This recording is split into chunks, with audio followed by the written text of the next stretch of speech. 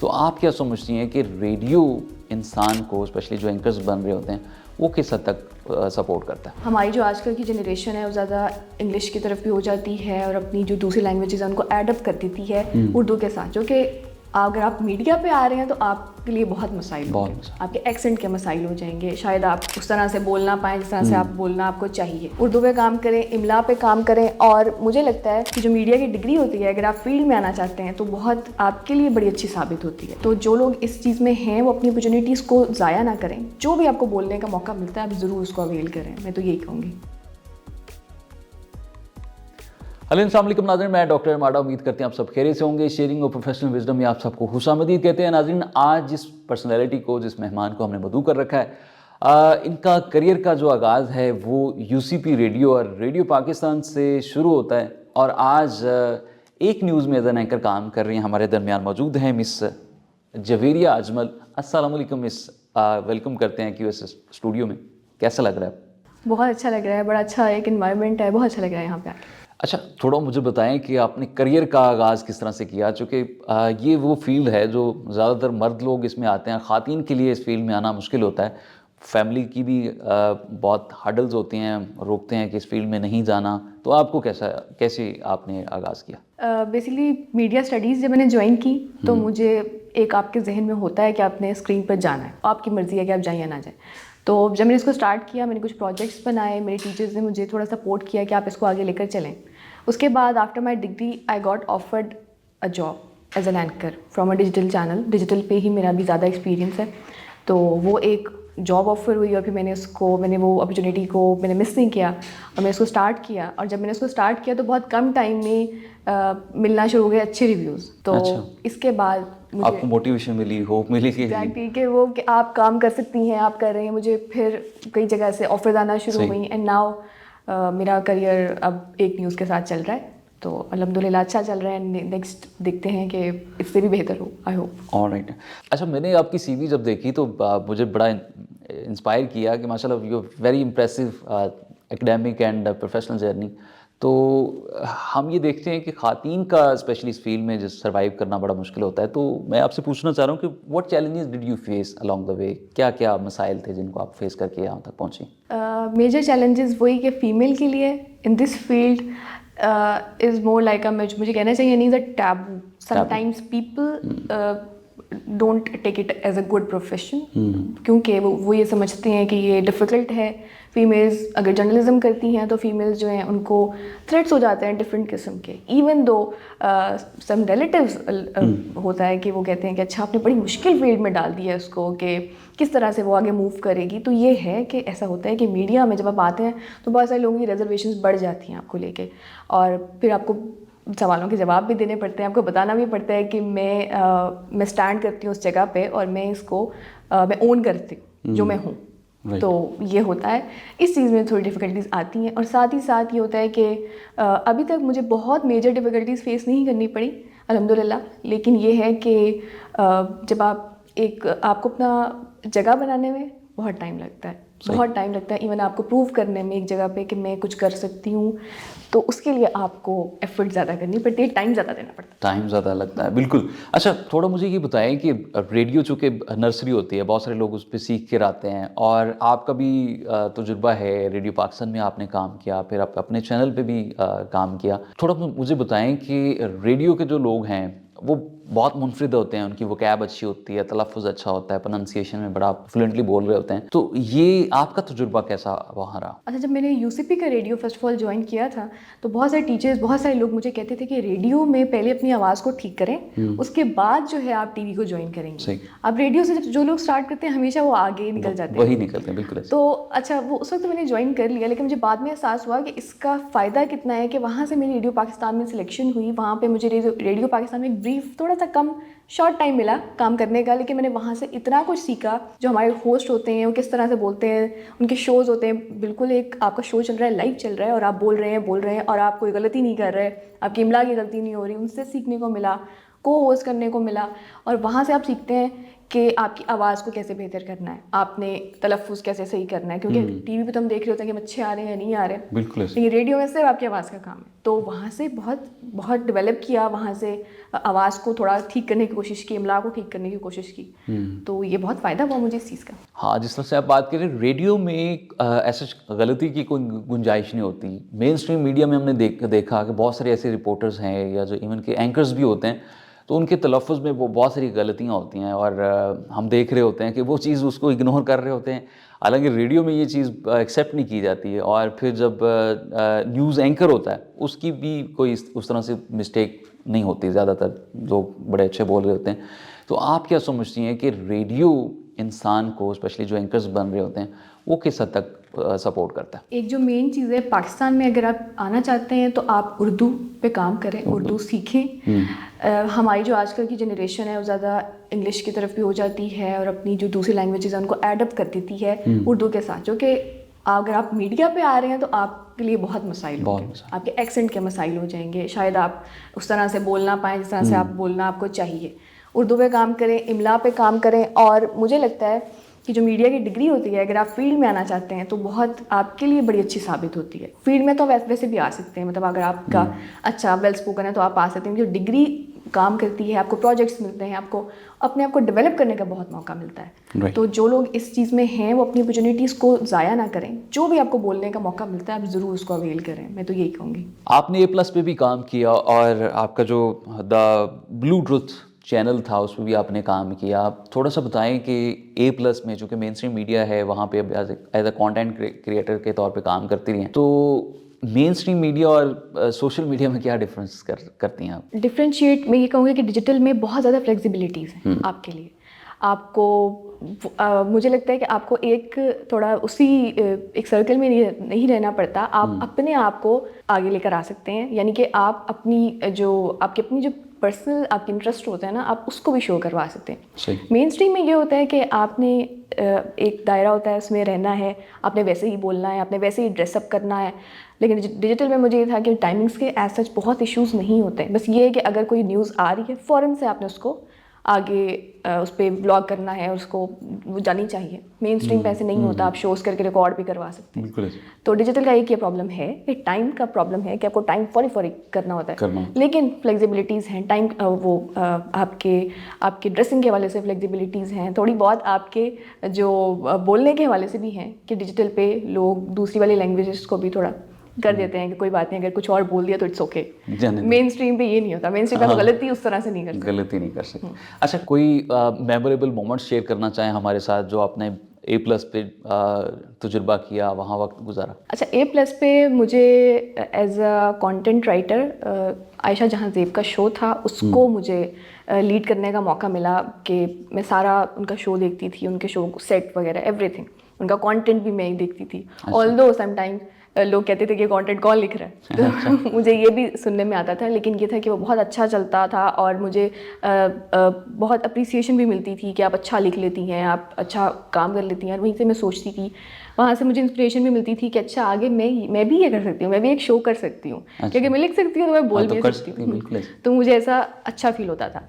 Memorable experience ये है कि जब आपका पहला शो होता है ना कहीं पे भी, तो वो आपके लिए बहुत मेमोरेबल होता है। फॉर एग्जांपल जैसे मैं TBT ब्लू ट्रुथ की अगर आप बात कर रहे हैं, तो यहाँ पे जब मैंने पहला शो किया तो मुझे वो वहाँ से जो अप्रिसिएशन मिली या वहाँ से जो सपोर्ट मिली है, वहाँ से जो किसी तरह का भी कोई फीडबैक आता है, तो आपके लिए बड़ा इंपॉर्टेंट होता है। तो वो फीलिंग्स बड़ी अच्छी होती हैं कि अच्छा आप स्क्रीन पे आ रहे हैं, अब आपका शो लग रहा है, तो आप एक अच्छी सी फीलिंग होती है। तो अभी तक मेरे लिए मेमोरेबल मोमेंट्स वही हैं। ये कहीं ताबूत वाला तो आपने नहीं लिखा था कंटेंट?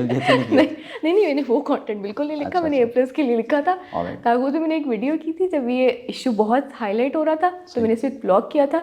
इसके बाद भी मुझे काफ़ी क्रिटिसिज्म मिला था, लेकिन उस वीडियो के बाद मैंने सीखा कि क्रिटिसिज्म को किस तरह से हैंडल करते हैं। एग्जैक्टली ऐसे कि आपको अगर कमेंट्स आ भी रहे हैं तो आपने किस तरह से उसको डाइजेस्ट करना। हाँ, हैंडलिंग की बात आपने कर ली। बहुत सारे हमारे एंकर्स जो परेशान हो जाते हैं जब भी वो कमेंट सेक्शन में जाते हैं, तो वो पैनिक हो जाते हैं और फिर वो हवास बाग तो होकर दोबारा फिर उस पर व्लॉग कर रहे होते हैं। कुछ टिप्स देना चाहें कि कूल डाउन कैसे रहना है, लोगों की बातें सुननी है नहीं सुननी, कमेंट्स को देखना है नहीं देखना, क्या करना चाहिए? अच्छा, मुझे भी मसला होता था और मेरे बॉस थे TBT में सर इस्माइल कासिम, उन्होंने मुझे सिखाया, उन्होंने मुझे बताया कि अगर कोई कह भी रहा है तो आपने नहीं ये माना। सोचो कि लोग देख रहे हैं, एटलीस्ट आप पे लोग इतना फोकस करें कि लोग आपके लिए बोल रहे हैं, बोल रहे हैं, वरना किसी के पास criticize इतना बेशक टाइम करें, नहीं होता हाँ। कि वो आगे कमेंट्स करे। अगर आपकी वीडियो ऐसे ही गुजर, बहुत सारी वीडियोस होती हैं इस तरह से गुजर मिस हो जाती जाती हैं, कोई देखता नहीं है, एटलीस्ट आपको लोग आप रजिस्टर हो रही हैं, सही। ये बड़ी बात है। और लोग क्या बोलते हैं ये नहीं देखना, क्योंकि फिर आप देखते हैं कि बहुत सारे सेलिब्रिटीज़ शायद आपको उनको अच्छा भी समझते होते हैं, लेकिन लोग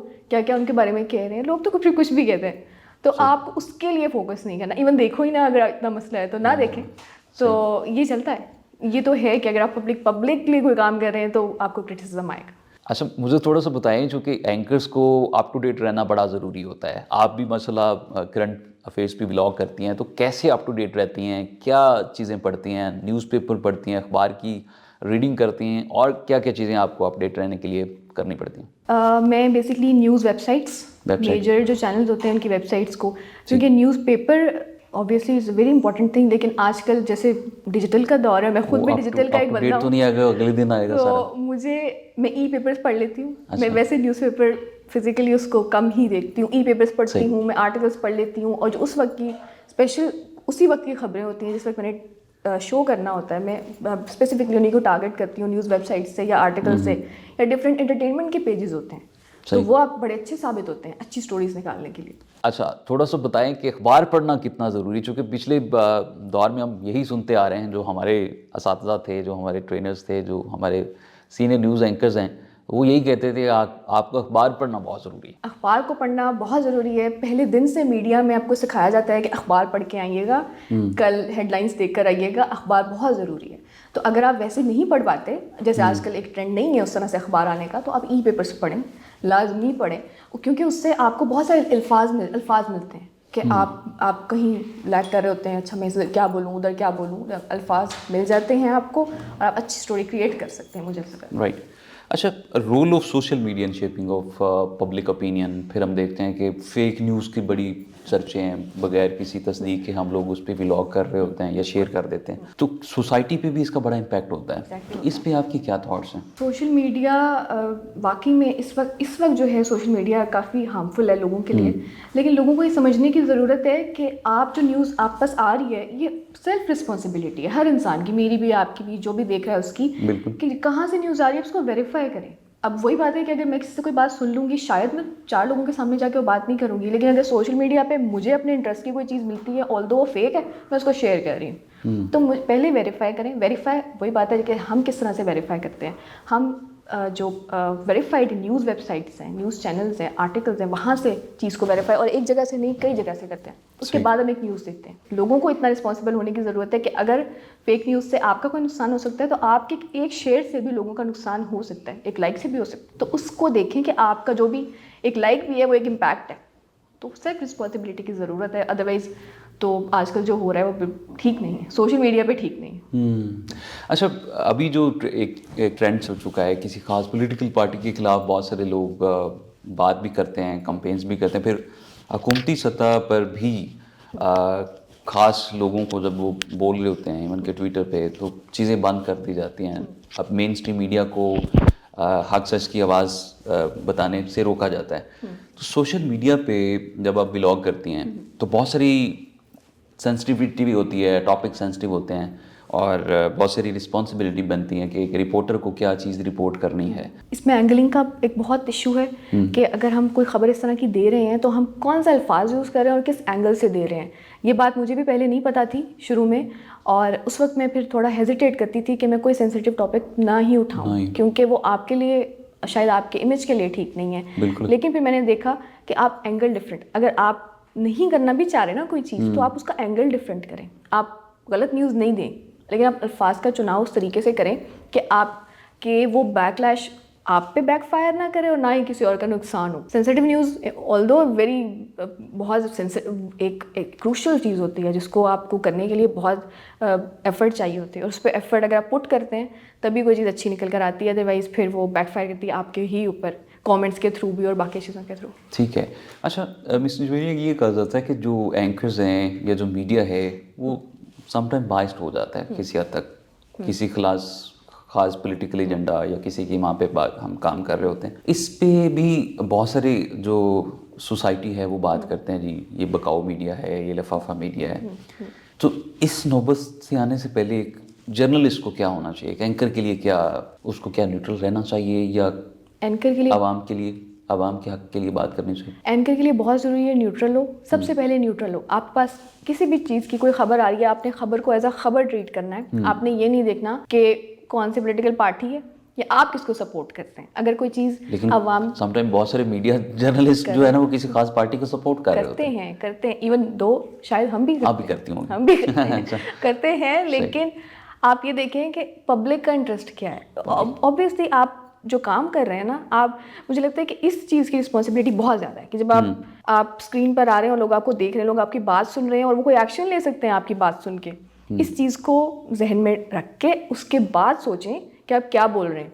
ऑल्दो आप इंटरेस्ट होते हैं हर किसी के और वो कभी कभी बायसनेस नज़र आ जाता है, लेकिन ये देखें कि पब्लिक इंटरेस्ट में क्या चीज़ है। अगर आपकी पसंद की पार्टी कोई चीज़ गलत कर रही है, 2 लाइन बोल दें उसके बारे में, कुछ नहीं जाता, कुछ नहीं होता। गलत ना बोले, बहुत ना बोले, लेकिन कुछ तो बोले एटलीस्ट। गलत को गलत कहें, सही को सही कहें, माने तो सही एटलीस्ट। अच्छा, पिछली कुछ टेन्योर में हमने देखा कि बहुत सारे जर्नलिस्ट थे जब वो एक ख़ास एजेंडे पे काम कर रहे थे या किसी के खिलाफ बात कर रहे थे तो उनका प्रोग्राम या जो उनका वो सिस्टम बिक नहीं रहा था।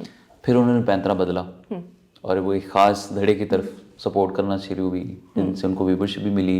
व्यूवरशिप के साथ साथ जब उनको डॉलर्स आए तो वो उन्होंने अपना टोटली जो है ना वो साइडलाइन होके काम अभी भी कर रहे हैं, लेकिन सपोर्ट किसी और को करते हैं। डिजिटली वो इस तरफ हैं और बहुत से चैनल्स भी आपने देखे हैं कि मेन स्ट्रीम मीडिया वाले उनकी मेन स्ट्रीम चैनल पे खबर कुछ और होती है, डिजिटल मीडिया पे कोई और खबर चल रही होती है व्यूवरशिप के लिए। तो इसको किस नज़र से देखते हैं? व्यूअरशिप बड़ी इस वक्त चीज़ है ना जो मेन फोकस है बहुत सारे लोगों का, कि डिजिटल पे भी इवन मैं जब स्टोरी करके आती हूँ तो मैं देख रही होती हूँ कि अच्छा कितने व्यूज़ आए। व्यूअरशिप बहुत ज़रूरी भी है और व्यूअरशिप के लिए हम बहुत सारी ऐसी चीज़ें कर रहे हैं इस वक्त कि शायद जो उनके नहीं करनी चाहिए। कि आप ये देखते हैं अच्छा ये ट्रेंड है, अगर मैं ये बात करूँगी तो ये व्यूअर आएंगे, अगर अदरवाइज़ नहीं आएंगे। सीधी बात करेंगे।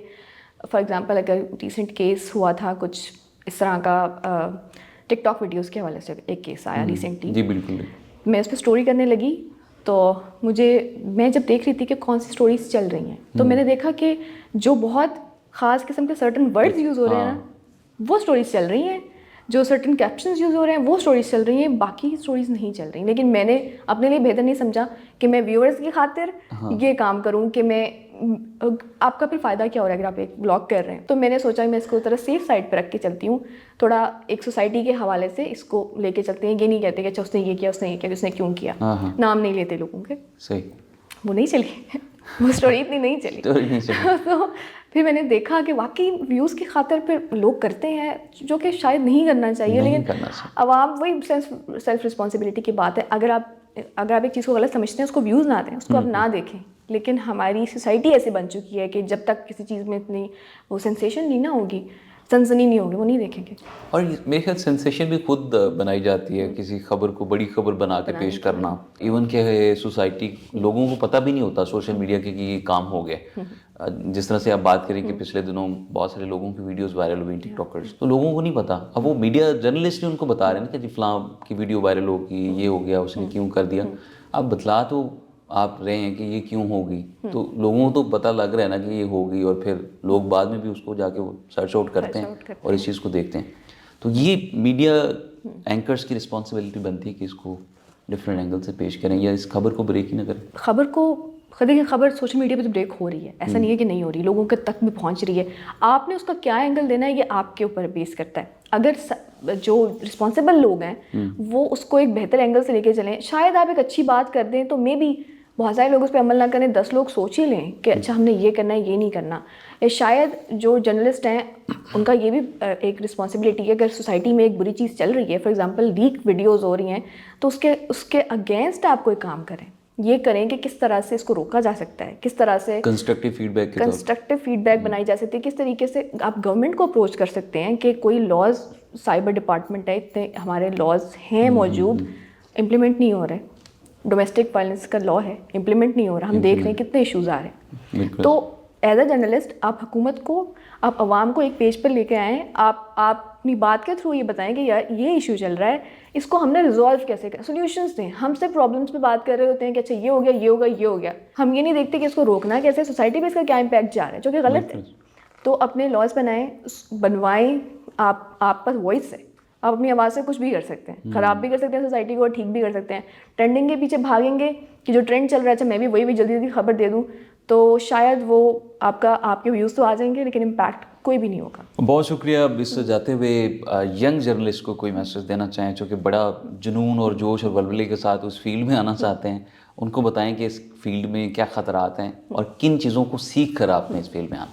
पहली बात ये ज़रूरी है कि आप अपनी तैयारी पूरी रखें, अपने ऊपर काम करें जो ज़रूरी है। अच्छा हम ये समझते हैं, हम ना बहुत नाउम्मीद जल्दी हो जाते हैं कि अच्छा मीडिया में तो जॉब्स ही नहीं है, कुछ नहीं हो रहा, ये नहीं मिल रहा, वो नहीं मिल रहा। आजकल सबके पास डिजिटल प्लेटफॉर्म है, लेकिन वो रिस्पॉन्सिबिलिटी के साथ यूज़ करना ज़रूरी है। आपके पास अपना यूट्यूब चैनल है, आपके पास अपना इंस्टाग्राम है, आपको क्या ज़रूरत है कि आप इस चीज़ का वेट करें कि आपको बाहर से कोई ऑफ़र आए, उसके बाद आप अपने आप को ग्रो करें, बेहतर तरीके से ग्रो करें, सेंसेशन ना फैलाएं, व्यूज़ की खातिर कोई ऐसे काम ना ही करें, क्योंकि आप आफ्टर ऑल आपका एक इमेज है कि अगर आप किसी बड़े चैनल पर भी जाते हैं तो उसके बाद आपका एक इमेज है, तो आप एक पब्लिक इमेज बन गया तो फिर वो बन जाता है, उसके बाद उसको आप ख़त्म नहीं कर सकते।